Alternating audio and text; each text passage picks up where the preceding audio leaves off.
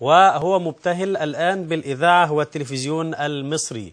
هو يبتهل من سن 12 سنة، وأول ابتهال حفظه بالليل وبالأسحار للشيخ محمد عمران، وهو حاصل على المركز الأول في الإنشاد الديني لطلاب الأزهر على مستوى الجمهورية. له مشاركات في بعض الفضائيات، أهمها مشاركته في مسابقة إبداع هنا في قناة الفتح في الحلقة الثالثة في شهر يناير في العام الماضي. بدأ معنا هنا في إبداع وكان في القرآن الكريم. النهاردة بيشترك في الابتهالات بعد سنة كاملة وبعد اعتماده بالإذاعة المصرية، ونحن فخورين به لأنه هو بيقول أنه قناة الفتح ومسابقة إبداع كانت انطلاقة كبيرة بالنسبة له إلى الإذاعة المصرية بفضل الله تعالى، ونحن بنرحب به وبنشكره على مشاركته. وبيقول صاحب الفضل علي الشيخ عادل أبو السعود والشيخ محمد القصاص والأستاذ الشيخ أحمد عبد المنعم، وقدوته في الابتهالات الشيخ محمد عمران والشيخ سيد النقشبندي. وأعزائي المشاهدين، البداية من محافظة الدقهلية والشيخ عمرو الصعيدي. فضيلة الشيخ عمرو، أهلا بك، منورنا. بعد دخول الإذاعة الدنيا اختلفت خلاص، بقينا محترفين. أهلا بك، منورنا، ويلا نبدأ مع بعض. بسم الله. إن الله وملائكته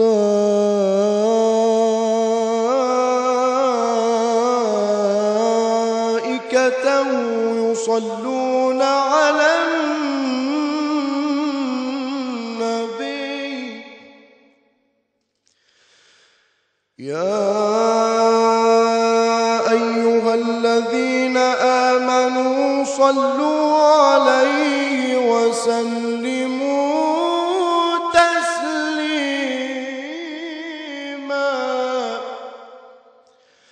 اللهم اغفر ذنوبنا واستر عيوبنا واشف مرضانا وارحم موتانا وأهلك أعداءنا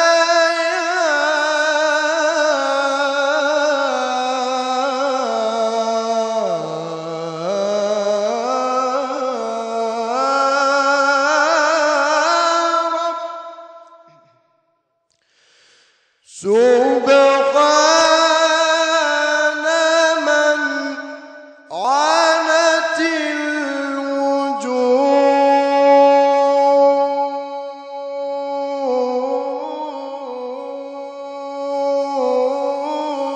الوجوه لوجهه فهو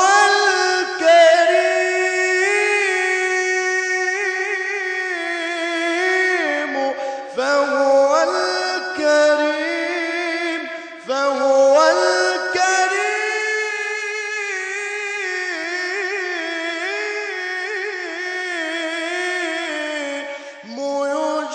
يجيب من ناداه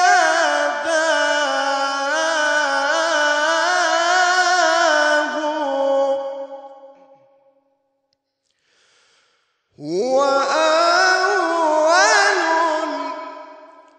هو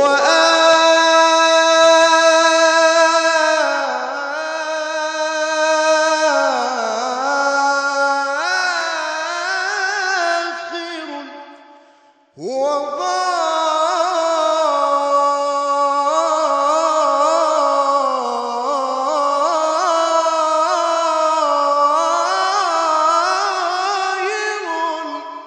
هو باطن هو باطن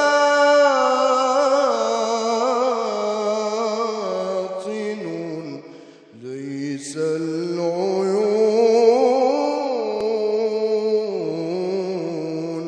تراه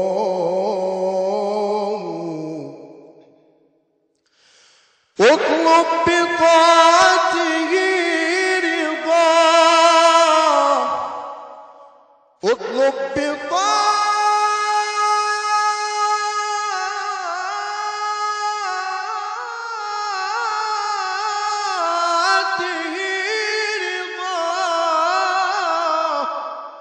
فإنه لم يزل بالجود يعطي طالبين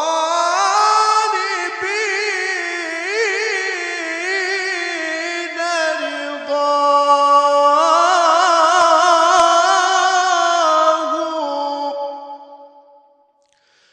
صلى الإله على النبي وآله والمؤمنون بهديه سعداء.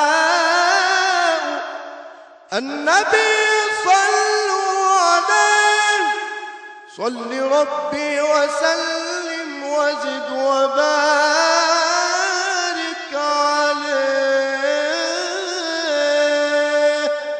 صلى الله على محمد صلى الله عليه وسلم. ما شاء الله. أعزائي المشاهدين، البداية قوية ومشجعة.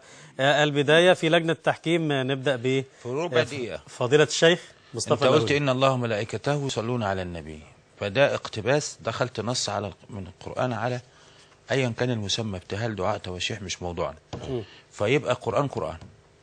طيب دي نمرة واحد. مولانا ما نمرة ينفعش اتنين، يبدأ بالآية؟ لا هو قال صح. تمام. هو لا مانع من الاقتباس. نعم. لكن انت عاملت النص القرآني معاملة الايه، التواشيح، بمعنى انه هو دخل.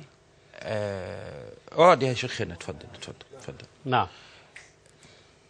يعني ما يخلطش يا مولانا ما بين القرآن والإنشاد وبين الإنشاد. نعم. يعني إن الله ملائكته يصلون على النبي. ملائكته هي مد 4 حركات، ما ينفعش تكون تحت ولا فوق عن كده. ويقولها بالأحكام كمان. الأحكام طبعا. انت نعم. دخلت اقتباس نعم. فيحتفظ بيه. تمام. طب ربنا قال إن الله ملائكته يصلون على النبي، طلب مني ايه؟ صلوا عليه وسلموا تسليما. انت ما صليتش، انت قلت يا اللهم اغفر ذنوبنا واستر عيوبنا.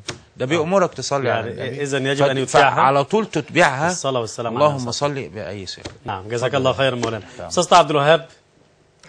صوت جميل، بس هو برضه ارهقه زياده عن اللزوم، بيفكر اثناء الجمله لدرجه ان هو هي العيون ولا العيون في تردد اثناء يعني معنى كده ان العقل الباطن اسرع من العقل الظاهر مليون مره او مليار مره.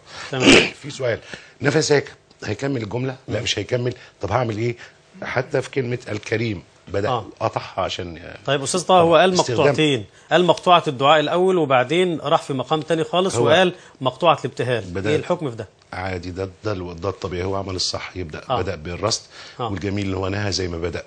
ده أسلوب الفواصل اللي بتتقال في الإذاعة. طيب لغة الجسد والحركات. راح للبياتي، لا منفعل جدا وجميل. متفاعل. راح للبياتي، وفي الدعاء كان المفروض يروح للصبا برضو. لسه قايلين لو اتفرجت على كان التذلل، لا دعاء إلا بالتذلل. نعم. ونهى وراح للنهاوند برضو قال جملتين كويسين. ونهى بالرصد زي ما كان. التركيبه بين البياتي والرصد ما كانتش من الدرجه. بقول بياتي هنقل صح، يا اما اعمل حاجه اسمها اللي هو اللي بيقولوا عليه العشاق، بياتي وانزل اقفل قرار النهاوند. نعم. فطبعا انت انتقلت بطريقه مش مظبوطه، يا اما اطلع لجواب النهاوند. ربنا ينفعك. لجنة التحكيم شكرا جزيلا. أعزائي المشاهدين، من الدقهلية إلى الفيوم